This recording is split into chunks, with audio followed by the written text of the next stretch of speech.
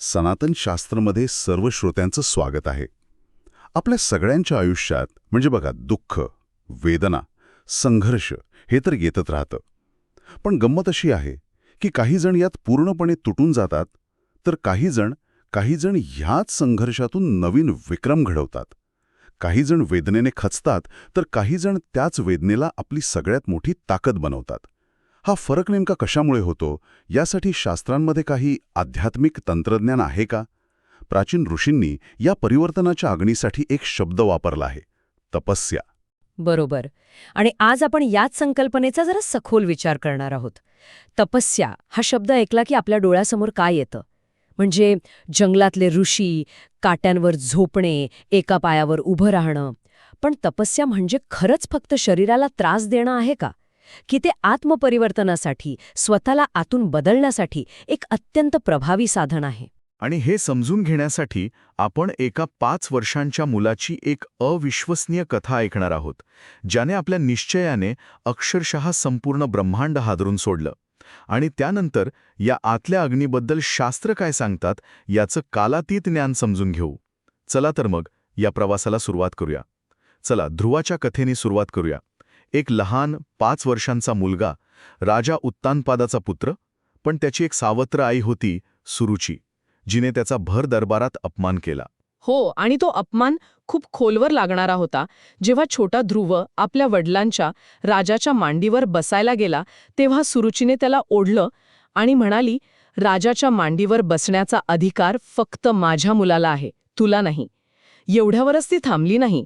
ती पुढे म्हणाली, तुला जर तो अधिकार हवा असेल तर नारायणाची आराधना कर आणि माझ्या गर्भातून जन्म घे. अरे देवा, म्हणजे हे फक्त एक कौटुंबिक भांडण नव्हतं. नाही, ही ती जखम होती जी पुढे जाऊन एक मोठी ज्वाला बनली. अपमानित झालेला रडणारा ध्रुव आपल्या आईकडे सुनीतीकडे धावत गेला आणि तिने त्याला शांत केलं. पण ती त्याला खोटं आश्वासन देऊ शकली नाही. उलट तिने त्याला एक खूप मोठं सत्य सांगितलं. ती म्हणाली, बाळा, तुझी सावत्राई खरं बोलत आहे. फक्त भगवान नारायणच तुझं दुःख दूर करू शकतात. तू सिंहासनासाठी नाही तर त्या नारायणासाठीच प्रयत्न कर. मला वाटतं ह्या शब्दांनी ध्रुवाच्या मनात एक दैवी अस्वस्थता जागृत केली. अगदी. आणि इथेच तपस्येची पहिली ठिणगी पडते. तो 5 वर्षांचा मुलगा कोणालाही न सांगता एकटाच राजवाडा सोडून जंगलाच्या दिशेने निघून जातो. वाटेत त्याला देवर्षी नारद भेटतात. नारद मुनींना त्याची दया येते, पण ते आधी त्याची परीक्षा घेतात. त्याला परावृत्त करण्याचा प्रयत्न करतात. ते म्हणतात की, अरे तू अजून लहान आहेस, खेळण्या बागडण्याचं वय आहे तुझं, मान अपमान हे मोठेपणी होतच राहतात, इतकं मनाला लावून घेऊ नकोस. पण ध्रुवाचा निश्चय पक्का होता. तो नारदांना म्हणाला, हे देवर्षी, तुम्ही जे सांगत आहात ते खरं आहे, पण माझं हृदय त्या अपमानाच्या अग्नीने जळत आहे. मला आता असा मार्ग हवा आहे जो जगात सर्वोत्तम असेल, जो आजपर्यंत कोणालाच मिळाला नाही. इथेच बघा, त्याच्या वेदनेचं रूपांतर एका विराट ध्येयामध्ये झालं. बरोबर. त्याचा तो निश्चय पाहून नारद मुनी प्रभावित झाले. त्यांनी त्याला ओम नमो भगवते वासुदेवाय हा मंत्र दिला आणि यमुनीच्या काठी असलेल्या मधुवनात तपश्चर्या करण्याचा मार्ग दाखवला. त्यांनी त्याला फक्त मार्ग नाही दाखवला, तर तप म्हणजे काय हे पण समजावलं. ते म्हणाले की यासाठी मनावर आणि इंद्रियांवर नियंत्रण, सत्य आणि त्याग या गोष्टींची गरज असते. नारदांकडून उपदेश मिळाल्यानंतर ध्रुवाने जी तपस्या सुरू केली तिची तीव्रता खरंच अकल्पनीय आहे. भागवत पुराणात तिचं वर्णन टप्प्याटप्प्याने दिलं आहे, पण त्याचा सारांश जरी पाहिला तरी अंगावर काटा येतो. हो, त्याची तीव्रता अविश्वसनीय होती. पहिला महिना तो फक्त जंगलातील फळे खाऊन राहिला. दुसऱ्या महिन्यात तो दर 3 दिवसांनी फक्त सुकी पाने खाऊ लागला. मग तिसऱ्या महिन्यात दर 6 दिवसांनी एकदाच पाणी. आणि चौथ्या महिन्यात तो फक्त श्वासावर जगू लागला. फक्त श्वासावर? हो. आणि 5व्या महिन्यात तो एका पायावर स्थिर उभा राहून नारायणाचं ध्यान करू लागला. ही केवळ शारीरिक हट नव्हती, तर चेतनेची अशी एकाग्रता होती की त्याचा प्रभाव चराचरावर जाणवू लागला. इतका की त्याची तपस्या इतकी तीव्र झाली की पृथ्वी कंप पाहू लागली. असं म्हणतात की त्याने जेव्हा आपला श्वास रोखून धरला तेव्हा संपूर्ण विश्वाचा श्वास कोंडला गेला. सर्व देव घाबरून ब्रह्माकडे गेले आणि म्हणाले, हे काय होतंय? या लहान मुलाने तर संपूर्ण सृष्टीचा व्यवहारच थांबवला आहे. भागवत पुराणातील एक श्लोक या अवस्थेचं सुंदर वर्णन करतो. संधारियात्मानम मात्मन्येव स्थितो ध्रुवः. म्हणजे त्याने आपलं मन आत्म्यातच स्थिर केलं. ही केवळ शारीरिक कठोरता नव्हती, तर ही चेतनेची सर्वोच्च एकाग्रता होती. त्याच्या वेदनेनं आता एक वैश्विक तपस्येचं रूप घेतलं होतं. आणि अखेरीस त्या 5 वर्षांच्या मुलाच्या निश्चयाची शुद्धता पाहून भगवान श्रीहरी विष्णू त्याच्यासमोर प्रकट झाले. ध्रुवाने डोळे उघडले आणि भगवंतांचे ते तेजस्वी चतुर्भुज रूप पाहिलं. तो इतका भारावून गेला की त्याच्यातून शब्दच फुटेना. त्याला स्तुती करायची होती, पण कशी करावी हेच त्याला कळेना. तेव्हा भगवंतांनी आपल्या शंखाने ध्रुवाच्या गालाला स्पर्श केला आणि त्याच क्षणी त्याच्यात वेदांचं आणि शास्त्रांचं संपूर्ण ज्ञान प्रकट झालं. आणि मग ध्रुव जे बोलला ते या संपूर्ण कथेचं सार आहे, या तपस्येमागचं रहस्य आहे. अरे वाह, काय म्हणाला तो? तो म्हणाला, हे भगवंता, मी तर काचेचे तुकडे शोधायला निघालो होतो, पण मला तर तुम्ही स्वतः हिराच सापडला आहात. तुम्हाला पाहिल्यानंतर मला आता दुसऱ्या कशाचीही इच्छा उरलेली नाही. म्हणजे तो गेला होता राज्याच्या रागाने, हो. पण परत आला ज्ञानाच्या प्रकाशाने. त्याचा मूळ उद्देशच बदलून गेला. ही गोष्टच खूप खोल आहे. अगदी. हेच तपस्येचं खरं फळ आहे. त्या अग्नीत त्याचा अहंकार, त्याचा क्रोध आणि राज्य मिळवण्याची क्षुल्लक इच्छा सगळं जळून खाक झालं होतं. तो आला होता रागाने, पण परत गेला ज्ञानाने आणि भक्तीने. तपस्येने एका जखमी मुलाचं रूपांतर एका ज्ञानी आत्म्यात केलं. आणि भगवंतांनी त्याला केवळ राज्यच नाही तर ध्रुव लोक दिलं. एक असं अढळ पद जे सप्तर्षींपेक्षाही उंच आहे आणि जे कल्पाच्या अंतापर्यंत टिकेल. यावरून हेच सिद्ध होतं की तपस्येचं फळ आपण सुरुवातीला मागितलेल्या गोष्टीपेक्षा नेहमीच मोठं आणि श्रेष्ठ असतं. ध्रुवाची कथा ऐकून पुन्हा तोच प्रश्न समोर येतो. त्याच्या वेदनेचं रूपांतर शक्तीत झालं, पण आपल्या रोजच्या जीवनातील छोट्या मोठ्या त्रासांचं काय? आपण जे भोगतो ते दुःख आहे की तपस्या? शास्त्रानुसार तपस्या म्हणजे तपस्या आणि दुःख म्हणजे सफरिंग. यात जमीन आसमानाचा फरक आहे. चला हा फरक जरा सोप्या भाषेत समजून घेऊया. हो, हा फरक समजून घेणं खूप महत्वाचं आहे, कारण यातच आपल्या मनःशांतीची किल्ली आहे. यातील सगळ्यात मोठा आणि मुख्य फरक आहे तो म्हणजे जागरूकतेचा, अवेअरनेसचा आणि निवडीचा, चॉईस. निवड ती कशी? बघा, तपस्या आपण स्वतः निवडतो. एका मोठ्या ध्येयासाठी, स्वतःच्या विकासासाठी. उदाहरणार्थ, परीक्षेसाठी रात्री जागरण करून अभ्यास करणे किंवा आरोग्य सुधारण्यासाठी गोड खाणं बंद करणे. इथे त्रास होतो, पण तो आपण स्वीकारलेला असतो. याउलट दुःख आपल्यावर लादलं जातं. ते आपल्या इच्छेविरुद्ध घडतं, जसं की अचानक आलेलं आजारपण किंवा नोकरी जाणं.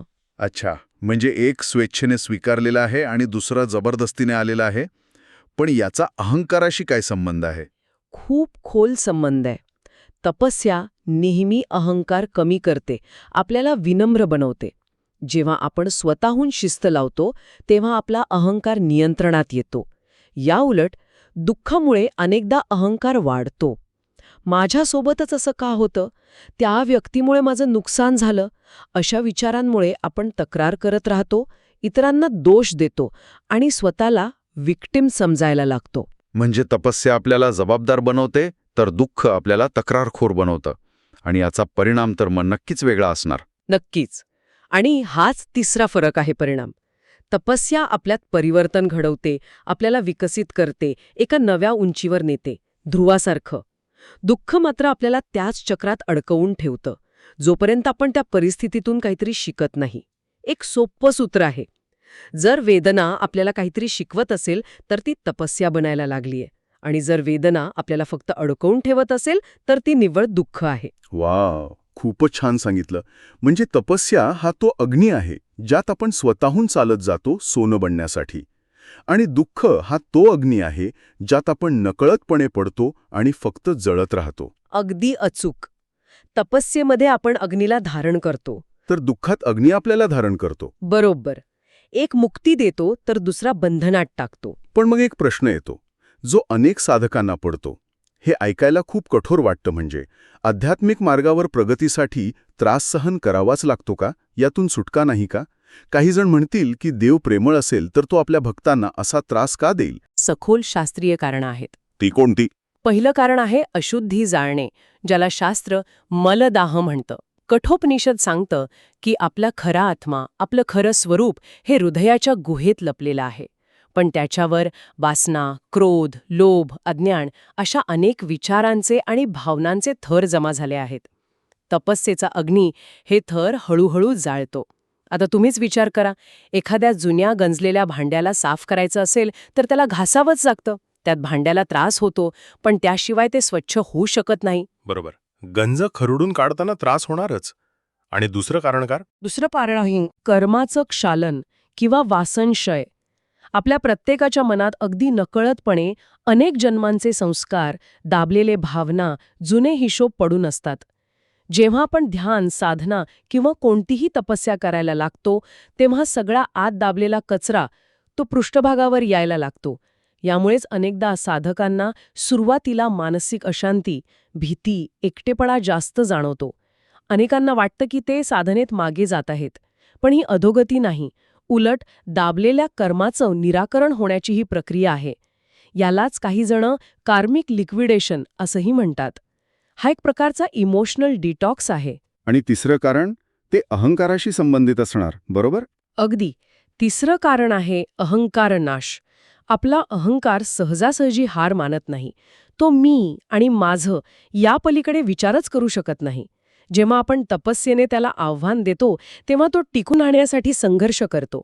हा आंतरिक संघर्षच आपल्याला वेदनेच्या रूपात जाणवतो. एक योगी गमतीने म्हणतात, जर तुमची साधना करताना तुमचा अहंकार आतून ओरडत नसेल, तर समजा तुमचा खरा मी अजून जागाच होत नाहीये. तो संघर्ष म्हणजे परिवर्तनाची प्रक्रिया सुरू झाल्याचं पहिलं लक्षण आहे. म्हणजे महाभारतात म्हणल्याप्रमाणे तपसा क्लिश्यते देहः शुद्धीम याती मनः तथा. तपश्चर्येने शरीराला कष्ट होतात, पण त्यामुळेच मन शुद्ध होतं. ही ध्रुवाची गोष्ट ऐकल्यावर खूप प्रेरणा मिळते, पण थोडं अव्यवहार्यही वाटतं. म्हणजे 5 महिने एका पायावर उभं राहणं हे आजच्या युगात शक्य नाही. मग काय या तपस्या संकल्पनेचा आजच्या धावपळीच्या जीवनात काही संबंध उरला आहे, की ही फक्त पुराणातली गोष्ट आहे? नाही, अजिबात नाही. तपस्येचं मूळ स्वरूप समजून घेतलं तर ती आजच्या जीवनातही तितकीच किंबहुना जास्तच प्रासंगिक आहे. भगवद्गीतेनुसार तपस्या 3 प्रकारची असू शकते, जी आपण रोजच्या जीवनात सहज करू शकतो. शारीरिक, वाचिक म्हणजे मानसिक आणि भावनात्मक. ठीक आहे, शारीरिक तपस्येपासून सुरुवात करूया. पण सकाळी लवकर उठून व्यायाम करण्यापलीकडे काहीतरी? नक्कीच. शारीरिक तपस्या म्हणजे फक्त व्यायाम नाही. समजा तुम्ही खूप थकला आहात आणि तुम्हाला ऑफिसमध्ये लिफ्टनी 10व्या मजल्यावर जायचंय, पण तुम्ही ठरवून पायऱ्या चढता. शरीराला थोडा त्रास देता, पण तो एका मोठ्या ध्येयासाठी, आरोग्य. ही झाली आधुनिक शारीरिक तपस्या. तुम्ही आरामाच्या पलीकडे जाऊन निवड केली. किंवा जिभेवर ताबा ठेवणे, समोर चमचमीत पदार्थ असूनही आरोग्यासाठी ते न खाण्याचा निर्णय घेणे, ही सुद्धा एक मोठी शारीरिक तपस्या आहे. हे खूपच व्यावहारिक आहे. शारीरिक शिस्त तर समजली, पण मनाचं काय करायचं? आजच्या जगात आपलं मन एका जागी स्थिर राहतच नाही. सतत मोबाईल, नोटिफिकेशन, विचार या मानसिक गोंधळाला नियंत्रणात आणण्यासाठी काही मार्ग आहे का? त्याला आपण मानसिक तपस्या म्हणू शकतो का? हो, आणि ती आजच्या काळात सर्वात गरजेची आहे. मानसिक तपस्या म्हणजे मनाला अशा गोष्टी करायला लावणे ज्या त्याला आवडत नाहीत, पण त्या आवश्यक आहेत. उदाहरणार्थ, रोज ठरवून 15 मिनिटं कोणतंही इलेक्ट्रॉनिक गॅजेट न वापरता शांत बसण्याचा प्रयत्न करणे. सुरुवातीला मन खूप बंड करेल, पण हाच सराव मनाला शिस्त लावतो.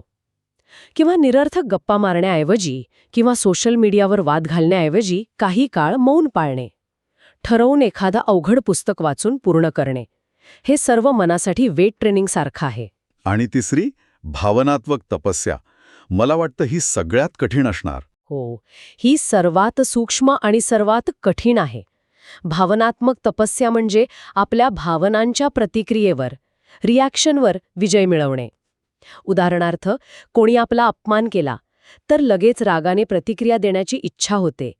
त्या इच्छेला आवर घालून शांत राहण्याचा निर्णय घेणे ही भावनात्मक तपस्या आहे. ज्या व्यक्तीने आपल्याला दुखावलंय त्याच्याबद्दल मनात राग किंवा द्वेष न ठेवता त्याला माफ करण्याचा प्रयत्न करणे. आपला अहंकार बाजूला ठेवून मी बरोबर हे सिद्ध करण्याऐवजी समोरच्याचं म्हणणं शांतपणे ऐकून घेणं, ही तपस्या हृदयाला शुद्ध करते. म्हणजे प्रत्येक वेळी जेव्हा आपण आरामाऐवजी शिस्त, सोयीऐवजी सत्य आणि प्रतिक्रियेऐवजी जागरूकता निवडतो, तेव्हा आपण नकळतपणे तपस्याच करत असतो. आणि हीच तपस्या आपल्यात तेज म्हणजे एक प्रकारची आध्यात्मिक चमक निर्माण करते. तर आजच्या या सखोल चर्चेचं सार हेच आहे की तपस्या म्हणजे निरर्थक दुःख भोगणं नव्हे. हा एक जागरूकतेने निवडलेला अग्नी आहे जो आपल्या अहंकार शुद्ध करतो, आपलं कर्म जाळतो आणि आपलं सोनं करतो. हा वेदनेतून शक्तीकडे, मर्यादित मीपासून अमर्याद आत्म्याकडे जाण्याचा एक राजमार्ग आहे. आणि जाता जाता एक विचार सोडून जाते, आपल्या सध्याच्या जीवनातील एखाद्या मोठ्या आव्हानाकडे किंवा त्रासाकडे डोळे झाकून बघा. आपण ते एक दुःख म्हणून अनुभवत आहात, जे आपल्याला बंधनात अडकवत आहे, कमजोर बनवत आहे, की आपण त्यात थोडी जागरूकता आणून, थोडी निवड वापरून त्याला तपस्येत बदलू शकता? असं काहीतरी जे आपल्या विकासाचं आणि मुक्तीचं साधन बनेल. हा फरक फक्त आपल्या दृष्टिकोनावर आणि आपल्या निवडीवर अवलंबून आहे. जर ज्ञानाच्या या अग्नीने तुमच्या मनात एक नवीन ज्योत प्रज्वलित केली असेल आणि संघर्षाकडे पाहण्याचा एक नवीन दृष्टिकोन दिला असेल, तर या विचाराला फक्त स्वतःपुरतं मर्यादित ठेवू नका. या चर्चेला लाईक करा आणि आपल्या प्रियजनांसोबत शेअर करा, ज्यांना याची गरज असू शकते. सनातन शास्त्र वाहिनीला सबस्क्राईब करा, जेणेकरून ज्ञानाचा हा प्रवाह सुरू राहील. आणि कमेंटमध्ये आम्हाला नक्की सांगा की आपण आपल्या जीवनातील कोणत्या संघर्षाला तपस्येमध्ये बदलण्याचा प्रयत्न कराल. हरिः ओम.